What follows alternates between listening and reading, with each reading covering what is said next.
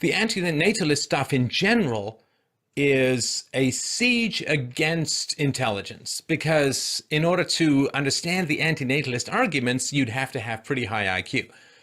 So it's like a bioweapon that strikes the high IQ gene set in order to wipe it out from social consideration. And of course, the powers that be don't like very smart people, because smart people don't need the powers that be. And so if you end up with your human livestock no longer needing you as a farmer, and they're smart enough to figure out, like, one of the big problems that's happened is with increased technology, you don't need nearly as much government. You've got reputation systems, you've got credit score systems easily available. You can search people online to figure out where they're coming from and whether they're trustworthy or not. There's lots of cool things that you can do in order to avoid the kind of problems that a lack of information about someone will lead you to. So as technology has improved and increased, the need for the state has decreased.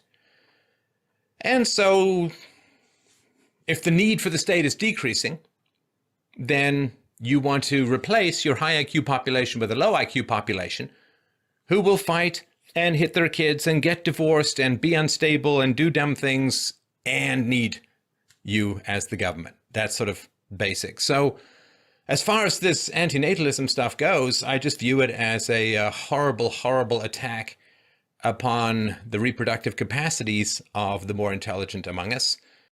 Okay, so if I understand the argument correctly, what Molyneux is saying is there is a government propaganda of whatever country, I assume it's US in this case, to replace high IQ people with a low IQ population. If that is really the case, and he has to provide evidence to that, then it is abuse of the idea of antinatalism. So using this argument is not actually refuting the idea of antinatalism. That's the first point. But there is a deeper argument in that even if no such government propaganda exists, if you accept antinatalism as is, because antinatalism requires a certain amount of intelligence to understand it, only people who are intelligent enough to understand it would not reproduce and would go extinct, while the rest of the low IQ population would keep on reproducing. That's a valid argument. But the assumptions behind this argument are that IQ is solely genetic, education and awareness has no impact on it, and antinatalism is tightly bound to IQ. This sort of argument is similar if I say that because there is a correlation between women empowerment in the society in general and less number of births per woman. Okay, I can argue that if you educate women, they would not reproduce as much as uneducated women, and they would then finally go extinct, leaving the lesser educated women to reproduce and replacing the educated population with uneducated population. That sounds ridiculous. That sounds ridiculous because the correct way to look at this is that if women are educated, the overall well-being of the society seems to be increasing. And so we should try and get all women educated, even if it means that there is a low birth rate. In fact, low birth rate in turn enhances the well-being of the overall population if specifically the society is overpopulated. I'm going to come to that point. But as ridiculous as it sounds, that we should not allow women to be educated because it would lead people who are highly educated going extinct and leaving the uneducated people reproducing, is Molyneux's argument. That's how ridiculous his argument is. One thing to note here is that he has not touched the core of antinatalism yet. He's just running around the periphery of population ethics, population control, and all sorts of things. But he has not dared to challenge the core argument of antinatalism yet. We'll see if he does in the rest of the video. And it is a lie and a falsehood. I mean, if you want to be antinatalistic, You know where you want to go? You want to go to a place, I don't know, sub-Saharan Africa or Saudi Arabia or certain backwaters of Pakistan or who knows what. Like, you know where an anti-natalist argument would have been really, really helpful? If they had talked about it, say, in South Africa among the black community. Why? Because the black population went up 800% under apartheid. Now, if the black population had not gone up 800%, there could have been quite a bit more wealth in the black community because they converted their sudden wealth under apartheid and other systems into just having more and more kids. Now, if people had gone and said to the black community, hey, maybe don't have quite so many kids, well, maybe Africa would be doing a whole lot better at the moment. But no, they don't go to those places. What if they go to the places with the highest birth rates? Look at some of the Middle Eastern immigrants into Europe, extraordinarily high birth rates. Are they going to those people and saying, oh, you got to cut back on the number of kids you're having? No. They're going to hyper self-conscious, obsequious white people saying, don't have so many kids, it's bad for the planet. All right, so quite a lot of points he has talked, he has compressed in it. One is population ethics, and second is environmentalism. He is getting nearer, but he has not reached the core of antinatalism yet. So let's see what these 2 points are. If you have a position that we are as a planet overpopulated and we need to reduce the population to whatever number you think it is correct, then it makes sense. He has a valid argument somewhere hidden in that, whatever he said. It makes sense to strategize, to prioritize countries or areas or regions which are highly populated, which have high birth rates. That doesn't mean that countries who are not in that area should reproduce profusely, but what it means is we need to prioritize. For example, India and China today are extremely populated. So if you are coming from a population ethics point of view, if you're working on a strategy to reduce or have a sustainable human population, obviously countries like India and China would be your priority. Why? Because they are overpopulated. They still have fairly high birth rate. India definitely, I know. So yeah, there is an argument there. But the problem within what he has said is his criteria is not the nations by population. His criteria borders somewhere in between IQ and racism, like white country, black country, and all that. And on top of that, he is talking against environmentalism. Like he thinks that people who care about planet and who ask don't reproduce for planet don't go to countries which are overpopulated and don't ask them not to reproduce. That is his assumption.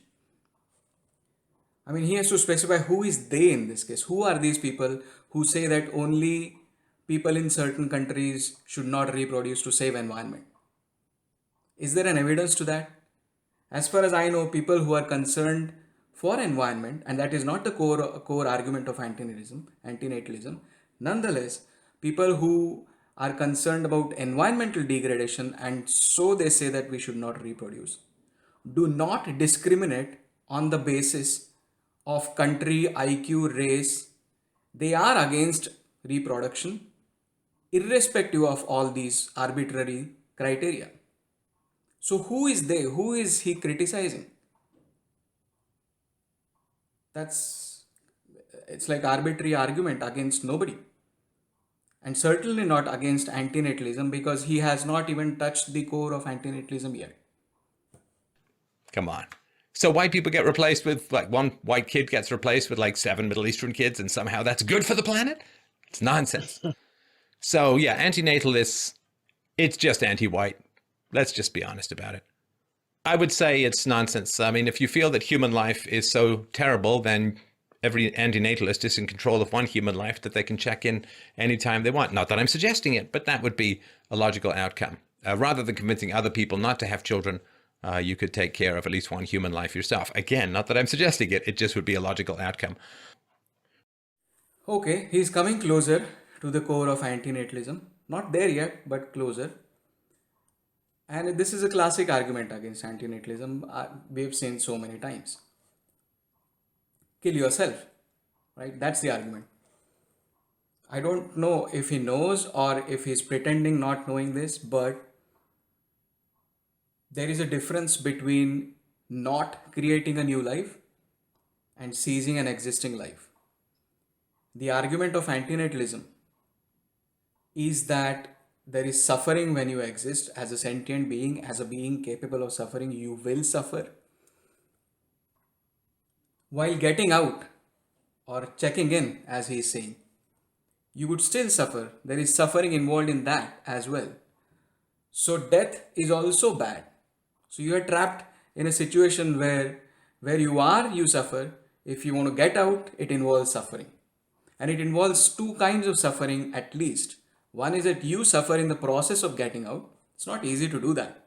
At any level, it is not easy to do that.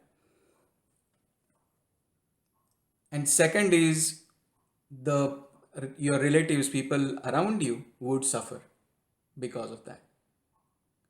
So thanks that you're not suggesting suicide, but suicide is not the logical extension of antinatalism. Because the argument is we suffer in life, but we suffer in death as well. Both things are bad. That is the argument. Not one or either.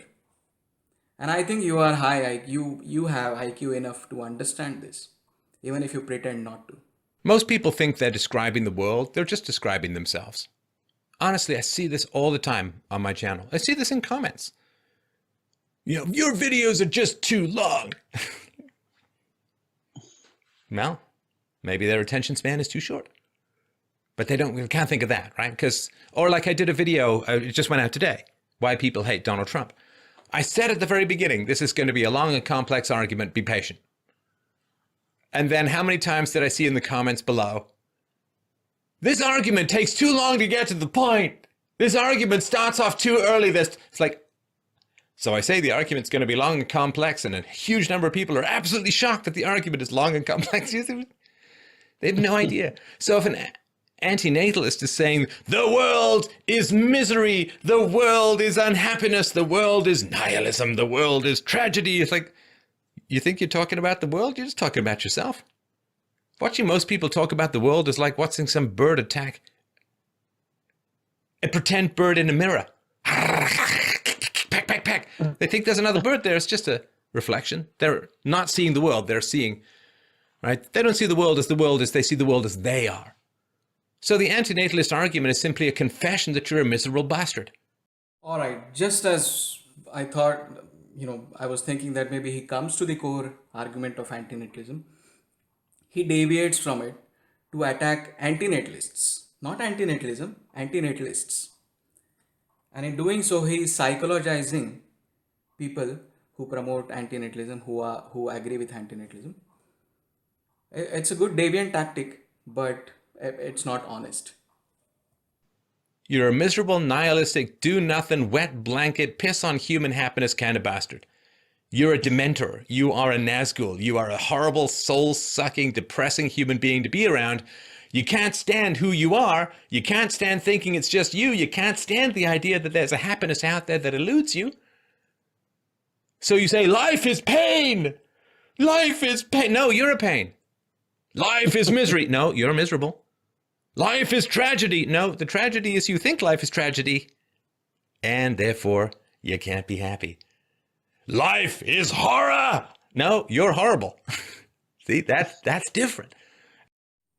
He's using you think the world is round because your head is round kind of argument. And he thinks that people who say that there is a lot of suffering in the world, he's saying that no, it's you who are suffering and that's why you think the world is suffering. I have to say this, that there are quite a few antinatalists who are suffering themselves. And that's a part of psychology. Antinatalism, or the argument for antinatalism, is not a psychological argument. It is a philosophical argument. What you are attacking is psychology of a certain few antinatalists. Has nothing to do with the argument of antinatalism. Nonetheless, now it's going to be a very long argument to describe how the world really is.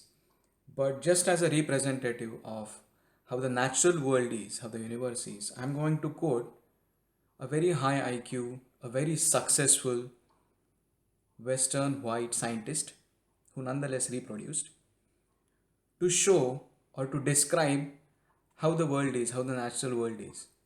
I'm not suggesting how it should be or how it ought to be, just a description of how it is, irrespective of my perspective. This is a famous quote. He has a big following, and it's a very objective quote. It's an observation. The total amount of suffering per year in the natural world is beyond all decent contemplation. During the minute that it takes me to compose this sentence, thousands of animals are being eaten alive. Many others are running for their lives, whimpering with fear. Others are slowly being devoured from within by rasping parasites. Thousands of all kinds are dying of starvation, thirst, and disease. It must be so. If there ever is a time of plenty, this very fact will automatically lead to an increase in the population until the natural state of starvation and misery is restored. In a universe of electrons and selfish genes, blind physical forces, and genetic replication, some people are going to get hurt, other people are going to get lucky, and you won't find any rhyme or reason in it, nor any justice. The universe that we observe has precisely the properties we should expect if there is at bottom no design, no purpose, no evil, no good, nothing but pitiless indifference. Now, if I derive my antinatalist argument only from this observation, then it would be an appeal to nature, which is a fallacy. So, definitely no, but this is a part of it. In a human world, we can strive to make things better. But for whom are we, trying to make things better? What is the need for them to exist? All of that is a core of antinatalist argument and antinatalism. Molyneux has not even come nearer to the core of argument, at least yet. And these are the people who say, anyone who's happy is a fool. Bullshit. I don't know where he gets this from. Anyone who is happy is a fool. Nobody said that is not the argument of antinatalism. In fact, the argument for antinatalism is the argument to reduce suffering. And the reduction of suffering is being happy. But if you are being happy at the expense of someone else, then that is wrong, and that's the point. Or if you are being happy and trying to propagate that happiness by creating more people in need of that happiness, then it's a problem. Just being happy, be happy. You should be happy. There's nothing wrong in being happy about it. And that is not the argument of antinatalism. So you're again deviating. You're not coming to the point. There's nothing easier in the world than being miserable. Nothing. Just fire up Twitter.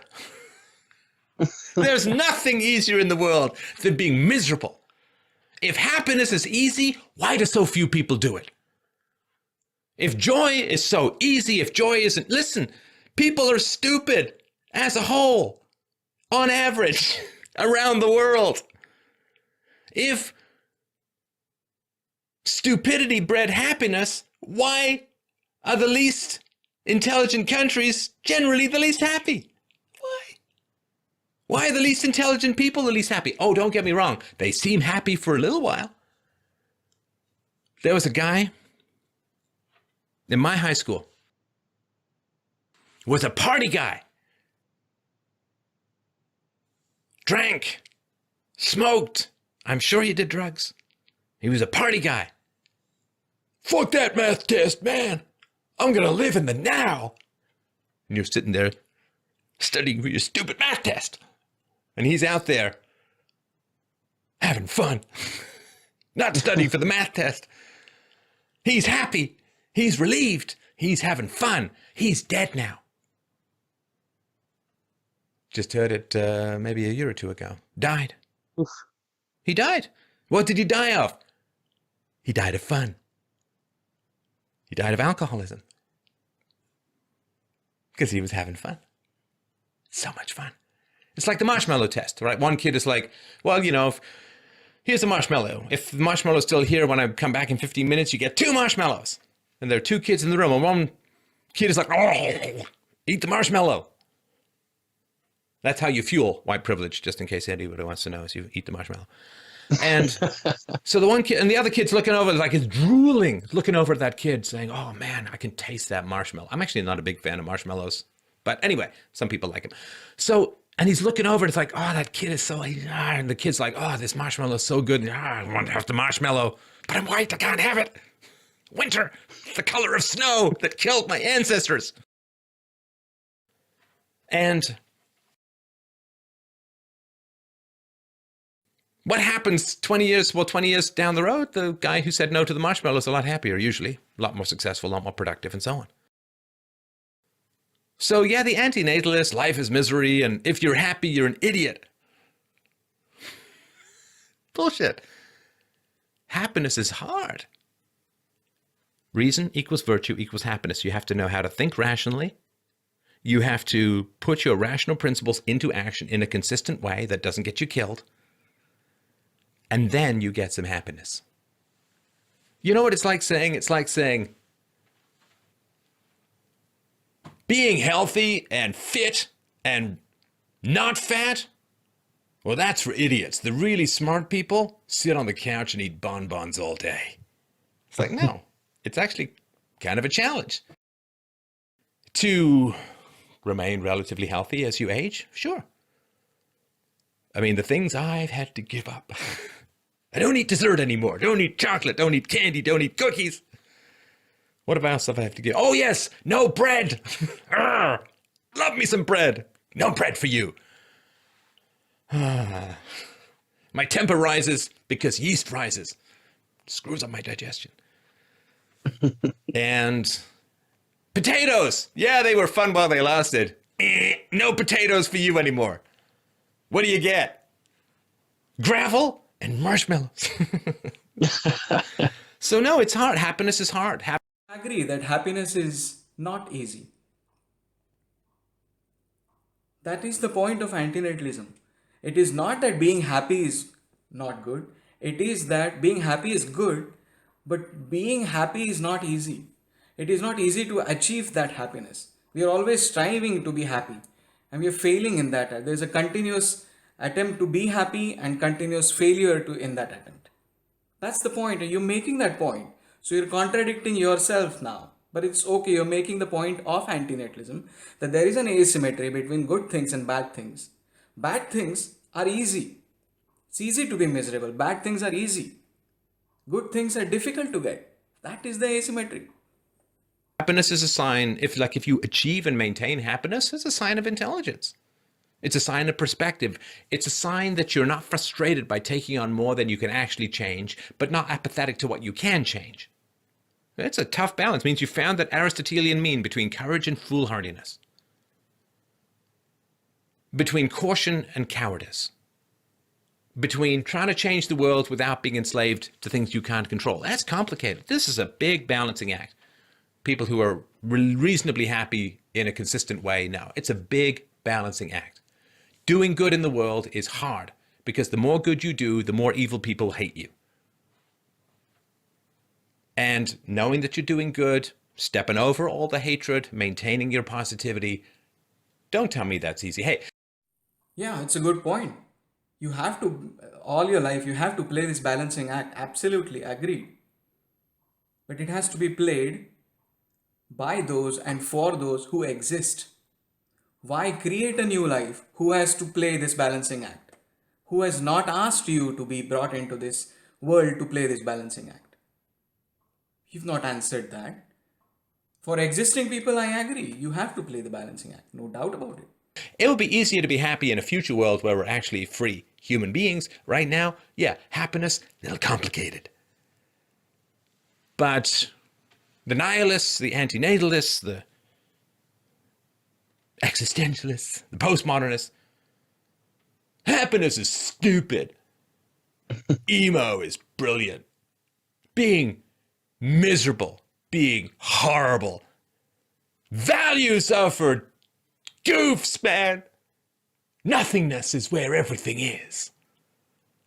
You think you're smart, but you're happy so you can't be. Because you don't see, man, you don't know what it's like to be this miserable, to see so deeply, to be so unhappy.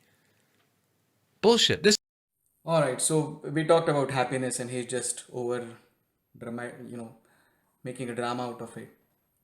Nonetheless, he also mentioned nihilists along with antinatalists. And I want to make it clear, nihilism has two kinds of categories in it.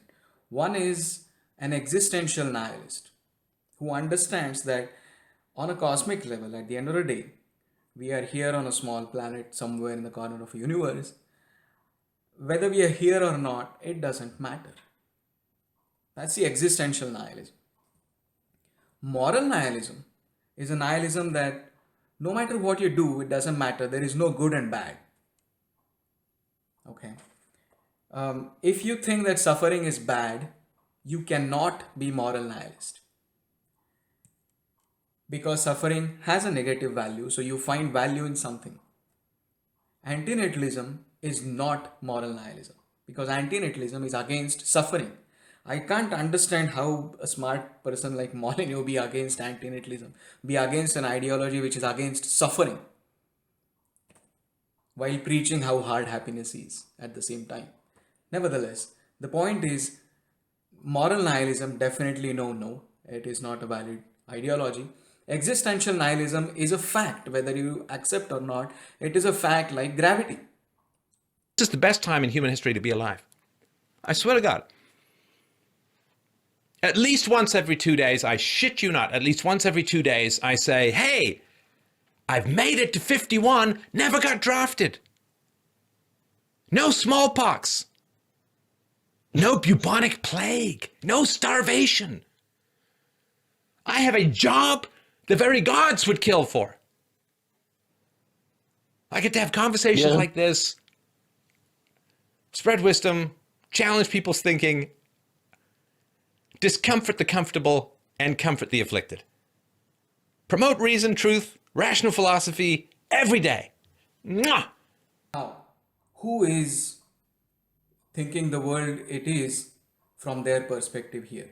Molyneux is happy.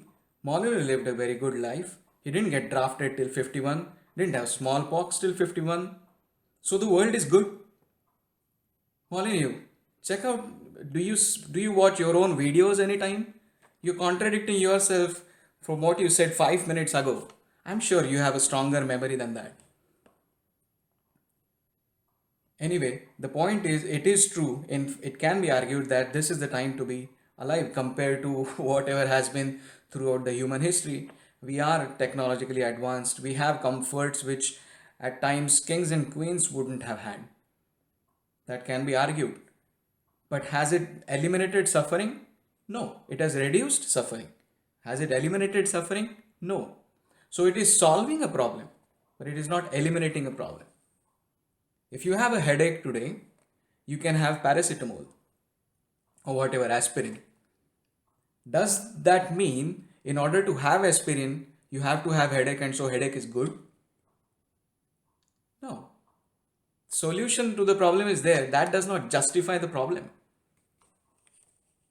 I kiss the very fate gods that dropped me into this ping pong ball of truth. Who's going to be unhappy? There's bad things happening in the world. Yes, there are. And for the first time, we can do something about it before it's too late.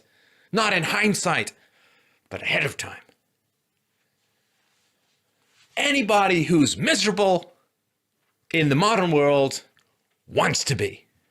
They're protecting the misery of their family. They don't want to challenge the misery of their friends. They don't want to find the glory within that lifts them up on angel wings.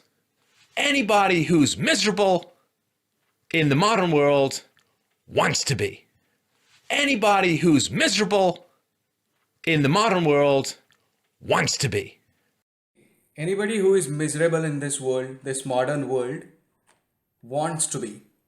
So it's their responsibility. Otherwise, they would not be miserable in this modern world. And you were telling that antinatalists see the world from the way they are. Honestly, you think that nobody in the world is miserable without their own fault? because you are not miserable, because you were lucky to get a good life. Everybody has, and that's the way the world is. And you are saying other people think that the world, other people see the world from their perspective. Really? This is what you call objectivity? Antinatalists are fundamentally embarrassing, and they are a stain upon the potential for happiness the modern age affords. So yeah, a natalist, they're just confessing that they're too cowardly to be happy and too dumb to find the path to joy. And I feel real sympathy, because you bring your maximum capacity in pursuit of the good. You add beauty and truth and virtue to the world to the greatest of your capacity. And that doesn't mean working 24/7, because that will not make you happy, right? So we've known this for 2.5 millennia. Expend your maximum capacity in pursuit of the good. No, I'm going to convince happy people not to have children. Yeah, fuck you. Fuck you. You think you're describing the world, you're just describing your own sorry ass self. And you don't even know it. And that's the problem. This is where the tragedy is they don't know that they're fucked up. They think that they're fucked up is enlightenment. They think that being miserable and niggardly and miserly is enlightenment. It's not. Yeah. It's not. You have turned your own personal pathology into a universal, absolute, and a good. So good luck getting out of that. Again, you are attacking antinatalists. You're not attacking antinatalism. You never came to the core of antinatalism argument. I don't know if you understand it, I don't know if you know it, or you're pretending to not know it. Because you are intelligent enough to understand it, I think, from all the IQ thing you talk about and brag about. But you never mentioned the core argument of antinatalism. You just attacked antinatalists or peripheral issues around antinatalism. That's an art of argument, but it's not very honest. Anyway, the point is, yeah, be happy. You need to be happy. But the need to be happy exists only for people who exist. There is no need to create a need to be happy, to create a new need to be happy. As simple as that. You never came to that point because you know there's no argument against it. There was quite an peripheral argument. You kept on running around the bushes, around the peripheries of antinatalism, attacking antinatalists, talking about all sorts of propaganda, all sorts of things. You have been bragging about IQ for a while. I know, and your cult and your following and all those Jones and whatnot guys, Alex Jones and Paul, whoever. I'm going to put just as a representative, a quote from a very, very high IQ person. Most intelligent human being in the world. Do you agree? And if it's not you, then who is it? Present company accepted, obviously. I would never claim this. People who boast about their IQ are losers.